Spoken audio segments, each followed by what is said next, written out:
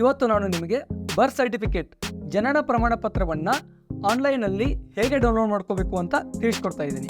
ಈ ಬರ್ತ್ ಸರ್ಟಿಫಿಕೇಟ್ನಲ್ಲಿ ಡಿಜಿಟಲ್ ಸಹಿ ಆಗಿರುತ್ತೆ, PDF ಫಾರ್ಮ್ಯಾಟ್ನಲ್ಲಿ ಡೌನ್ಲೋಡ್ ಆಗುತ್ತೆ ಆ್ಯಂಡ್ ಇದಕ್ಕೆ ಯಾವುದೇ ಎಕ್ಸ್ಪೈರಿ ಡೇಟ್ ಆಗಲಿ ವ್ಯಾಲಿಡ್ ಥ್ರೂ ಡೇಟ್ ಆಗಲಿ ಇರಲ್ಲ. ಸೊ ನಿಮ್ಗೆ ಯಾವಾಗ ಬೇಕೋ ಅವಾಗ A4 ಶೀಟ್ನಲ್ಲಿ ಪ್ರಿಂಟ್ ಹಾಕ್ಕೊಂಡು ಬಳಸ್ಕೋಬೋದು. ನಮಸ್ಕಾರ ಗೆಳೆಯರೆ, ನನ್ನ ಹೆಸರು ಸುನೀಲ್ ತಾಟೆ. ನೀವು ನೋಡ್ತಾ ಇದ್ದೀರಾ ಆರೋಗ್ಯಸಿರಿ ಯೂಟ್ಯೂಬ್ ಚಾನಲ್. ಬರ್ತ್ ಸರ್ಟಿಫಿಕೇಟನ್ನು ಆನ್ಲೈನಲ್ಲಿ ಹೇಗೆ ಡೌನ್ಲೋಡ್ ಮಾಡಿಕೊಳ್ಬೇಕು ಅಂತ ತಿಳ್ಕೊಳ್ಳೋಣ ಬನ್ನಿ.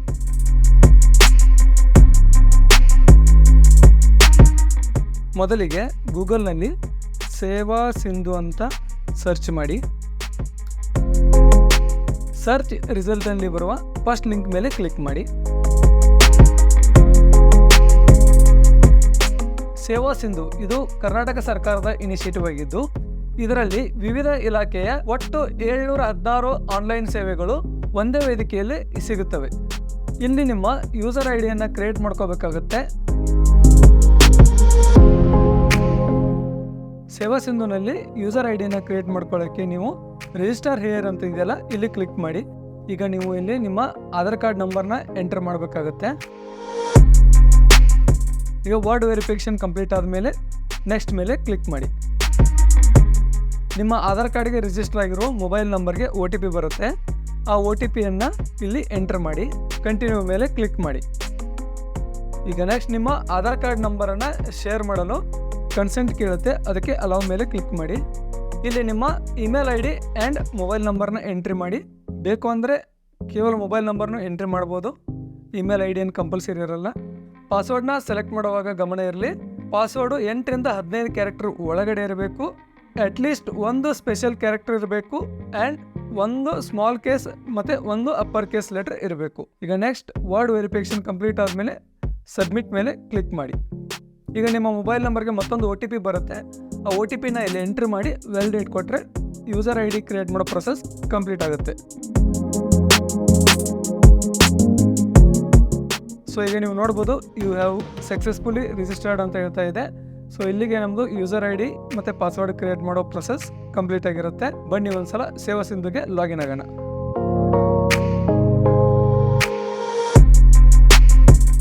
ಇಲ್ಲಿ ನಿಮ್ಮ ಯೂಸರ್ ID ಅಥವಾ ಮೊಬೈಲ್ ನಂಬರ್ನ ಹಾಕಿ ಗೆಟ್ OTP ಮೇಲೆ ಕ್ಲಿಕ್ ಮಾಡಿ.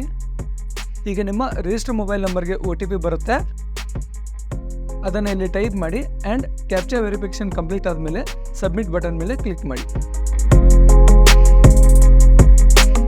ಈಗ ಸರ್ವಿಸ್ ಪ್ಲಸ್ ಅಂತ ಒಂದು ಹೊಸ ಪೇಜ್ ಓಪನ್ ಆಗುತ್ತೆ. ಇದರ ಮೇನ್ ಮೆನ್ಯೂನಲ್ಲಿ ನಿಮಗೆ manage profile, apply for services, view status of application ಆಪ್ಷನ್ಗಳು ನೋಡಕ್ಕೆ ಸಿಗುತ್ತೆ. ಇದರಲ್ಲಿ ನೀವು second option apply for services ಮೇಲೆ ಕ್ಲಿಕ್ ಮಾಡಿ ಆ್ಯಂಡ್ ಅದರಲ್ಲಿ ವ್ಯೂ ಆಲ್ ಅವೈಲೇಬಲ್ ಸರ್ವಿಸಸನ್ನು ಸೆಲೆಕ್ಟ್ ಮಾಡಿ. ಸೊ ಇಲ್ಲಿ ನೋಡ್ಬೋದು ನೀವು, ಇದು ಎಲ್ಲ ಆನ್ಲೈನ್ ಸರ್ವಿಸಸ್ ಲಿಸ್ಟ್ಗಳು. ನೀವು ನೇರವಾಗಿ ಸರ್ಚ್ ಬಾಕ್ಸ್ನಲ್ಲಿ ಬರ್ತ್ ಅಂತ ಸರ್ಚ್ ಮಾಡಿದರೆ ಇಲ್ಲಿ 2 ಆಪ್ಷನ್ ಇರುತ್ತೆ, application for birth certificate, application for birth registration ಅಂತ. ಇದರಲ್ಲಿ ನಾವು ಫಸ್ಟ್ ಆಪ್ಷನ್ ಅಪ್ಲಿಕೇಶನ್ ಫಾರ್ ಬರ್ತ್ ಸರ್ಟಿಫಿಕೇಟನ್ನು ಸೆಲೆಕ್ಟ್ ಮಾಡಬೇಕು. ಇದರಲ್ಲಿ ಒಂದು ನೋಟ್ ಅಥವಾ ನೋಟಿಸ್ ಕೊಟ್ಟಿದ್ದಾರೆ. Only digitally signed birth certificates can be printed through this service ಅಂತ ಹೇಳ್ತಾರೆ. ಅಂದರೆ ಕೇವಲ ಡಿಜಿಟಲ್ ಸಹಿ ಆಗಿರುವ ಜನನ ಪ್ರಮಾಣ ಪತ್ರಗಳು ಮಾತ್ರ ಈ ಪೋರ್ಟಲ್ನಲ್ಲಿ ಲಭ್ಯವಿರ್ತವೆ. ಬಟ್ ಡೋಂಟ್ ವರಿ, ಕರ್ನಾಟಕ ಸರ್ಕಾರ ಎಲ್ಲ ಜನನ ಮರಣ ನೋಂದಣಿ ಕೇಂದ್ರಗಳಲ್ಲಿ ಡಿಜಿಟಲ್ ಸಹಿಯನ್ನು ಕಡ್ಡಾಯ ಮಾಡಿದೆ. ಈಗ ಸರ್ಚ್ ಸೆಕ್ಷನ್ನಲ್ಲಿ ಬರ್ತ್ ರೆಕಾರ್ಡ್ನ ಸರ್ಚ್ ಮಾಡಬೇಕಾಗತ್ತೆ. ಇಲ್ಲಿ do you have the registration number of previously issued certificate ಅಂತ ಕೇಳ್ತಾರೆ. ನಿಮ್ಮ ಹತ್ರ ಏನಾದ್ರು ರಿಜಿಸ್ಟ್ರೇಷನ್ ನಂಬರ್ ಇದ್ದರೆ ಇಲ್ಲಿ ಎಸ್ ಮೇಲೆ ಕ್ಲಿಕ್ ಮಾಡಿ ಆ್ಯಂಡ್ ಜಸ್ಟ್ ರಿಜಿಸ್ಟ್ರೇಷನ್ ನಂಬರ್ನ ಎಂಟರ್ ಮಾಡಿ ಸರ್ಚ್ ಮಾಡ್ಬೋದು.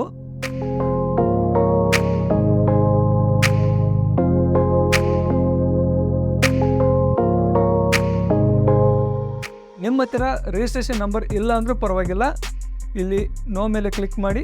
ಈಗ ನೀವು ಡೇಟ್ ಆಫ್ ಬರ್ತ್ ಆ್ಯಂಡ್ ತಾಯಿ ಹೆಸರು, ತಂದೆ ಹೆಸರು ಎಂಟರ್ ಮಾಡಬೇಕಾಗುತ್ತೆ. ಮದರ್ ನೇಮ್ ಆ್ಯಂಡ್ ಫಾದರ್ ನೇಮ್ನ ಟೈಪ್ ಮಾಡುವಾಗ ನೀವು ಅವರ ಆಧಾರ್ ಕಾರ್ಡ್ನಲ್ಲಿ ಯಾವ ರೀತಿ ಇರುತ್ತೆ ಅದೇ ಥರ ಟೈಪ್ ಮಾಡಿದರೆ ನಿಮಗೆ ಸರ್ಚ್ ಮಾಡಲು ಈಸಿ ಆಗುತ್ತೆ.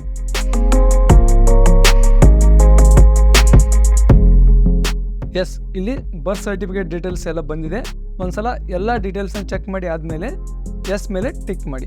ಇಲ್ಲಿ ನಂಬರ್ ಆಫ್ ಕಾಪೀಸ್ ಅಂತ ಕೇಳ್ತಾರೆ, ಅದು 1 ಅಂತಲೇ ಇರಲಿ. ನಾನು ಮೊದಲೇ ಹೇಳಿರುವ ಹಾಗೆ PDF-ನಲ್ಲೇ ಡೌನ್ಲೋಡ್ ಆಗೋದ್ರಿಂದ ನಿಮಗೆ ಯಾವಾಗ ಬೇಕೋ ಆವಾಗ ಪ್ರಿಂಟ್ ಹಾಕೋಬೋದು. ವರ್ಡ್ ವೆರಿಫಿಕೇಷನ್ ಕಂಪ್ಲೀಟ್ ಮಾಡಿದ ಮೇಲೆ ಸಬ್ಮಿಟ್ ಮೇಲೆ ಕ್ಲಿಕ್ ಮಾಡಿ. ಈಗ ಒಂದು ಡ್ರಾಫ್ಟ್ ರೆಫರೆನ್ಸ್ ನಂಬರ್ ಜನರೇಟ್ ಆಗುತ್ತೆ. ಬೇಕು ಅಂದರೆ ಅದನ್ನು ನೋಟ್ ಮಾಡ್ಕೊಳ್ಳಿ, ಇಲ್ಲಾಂದರೆ ಏನೂ ನೆಸಸರಿ ಇರಲ್ಲ. ಮೇಕ್ ಪೇಮೆಂಟ್ ಮೇಲೆ ಕ್ಲಿಕ್ ಮಾಡಿದರೆ ಮೋಡ್ ಆಫ್ ಪೇಮೆಂಟ್ನಲ್ಲಿ 2 ಆಪ್ಷನ್ ಇದೆ.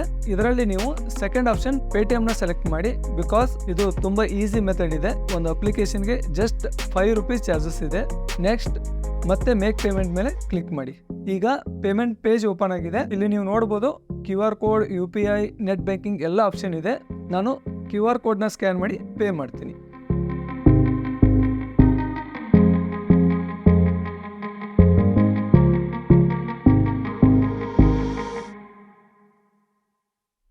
ಟ್ರಾನ್ಸಾಕ್ಷನ್ ಸಕ್ಸಸ್ ಆದಮೇಲೆ ಒಂದು ಸಕಾಲ ಸ್ವೀಕೃತಿ ಪತ್ರ ಜನರೇಟ್ ಆಗಿದೆ. ಇದು ಜಸ್ಟ್ ನಮ್ಮ ಅಪ್ಲಿಕೇಶನ್ ಸ್ಟೇಟಸ್ನ ಚೆಕ್ ಮಾಡೋಕ್ಕೆ ಯೂಸ್ ಆಗುತ್ತೆ. ಸೊ ನಾನು ಇದನ್ನು ಎಕ್ಸ್ಪೋರ್ಟ್ PDF ಮಾಡಿ ಸೇವ್ ಮಾಡಿಕೊಂಡು ಇಟ್ಕೊಂಡಿರ್ತೀನಿ. ಬನ್ನಿ ಈ ಪೇಜ್ನ ಕ್ಲೋಸ್ ಮಾಡಿ ಒಂದ್ಸಲ ಅಪ್ಲಿಕೇಶನ್ ಸ್ಟೇಟಸ್ನ ಚೆಕ್ ಮಾಡಿ ನೋಡೋಣ.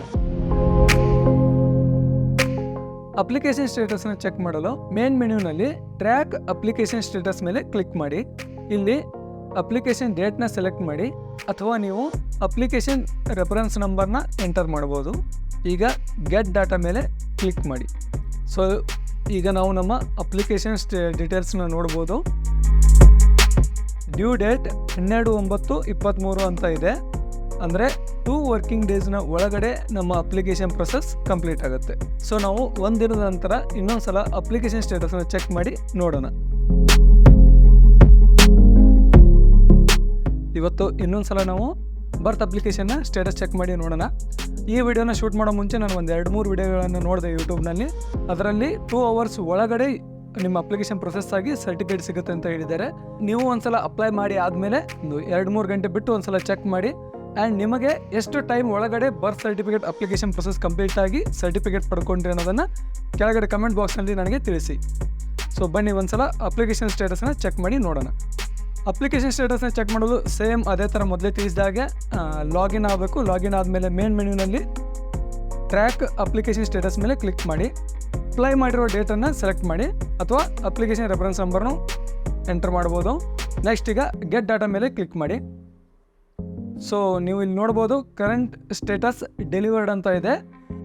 ಸೊ 1 ದಿನದ ಒಳಗಡೆ ನಮ್ಮ ಅಪ್ಲಿಕೇಶನ್ ಪ್ರೊಸೆಸ್ ಕಂಪ್ಲೀಟ್ ಆಗಿ ನಮಗೆ ಸರ್ಟಿಫಿಕೇಟ್ ಸಿಗ್ತಾ ಇದೆ. ಇಲ್ಲಿ ಕರೆಂಟ್ ಸ್ಟೇಟಸ್ ಡೆಲಿವರ್ಡ್ ಅಂತ ಇದೆಯಲ್ಲ, ಇಲ್ಲಿ ಕ್ಲಿಕ್ ಮಾಡಿ ಔಟ್ಪುಟ್ ಸರ್ಟಿಫಿಕೇಟ್ ಮೇಲೆ ಕ್ಲಿಕ್ ಮಾಡಿ ಬರ್ತ್ ಸರ್ಟಿಫಿಕೇಟನ್ನು ನಾವು ಸೇವ್ ಮಾಡ್ಕೋಬೋದು. ಯೂಟ್ಯೂಬ್ನಲ್ಲಿ ನಂದು ಇದು ಮೊದಲನೇ ವಿಡಿಯೋ. ಈ ವಿಡಿಯೋ ನಿಮಗೆ ಇಷ್ಟ ಆಗಿದ್ದರೆ ಒಂದು ಲೈಕ್ ಮತ್ತು ಸಬ್ಸ್ಕ್ರೈಬ್ ಮಾಡೋ ಮೂಲಕ ಸಪೋರ್ಟ್ ಮಾಡಿ ಅಂತ ಕೇಳ್ಕೊಳ್ಳುತ್ತಾ, ಮುಂದಿನ ದಿನಗಳಲ್ಲಿ ಮತ್ತಷ್ಟು ಯೂಸ್ಫುಲ್ ಕಂಟೆಂಟ್ಗಳೊಂದಿಗೆ ಮತ್ತೆ ಸಿಗೋಣ. ಒಳ್ಳೆಯದಾಗಲಿ.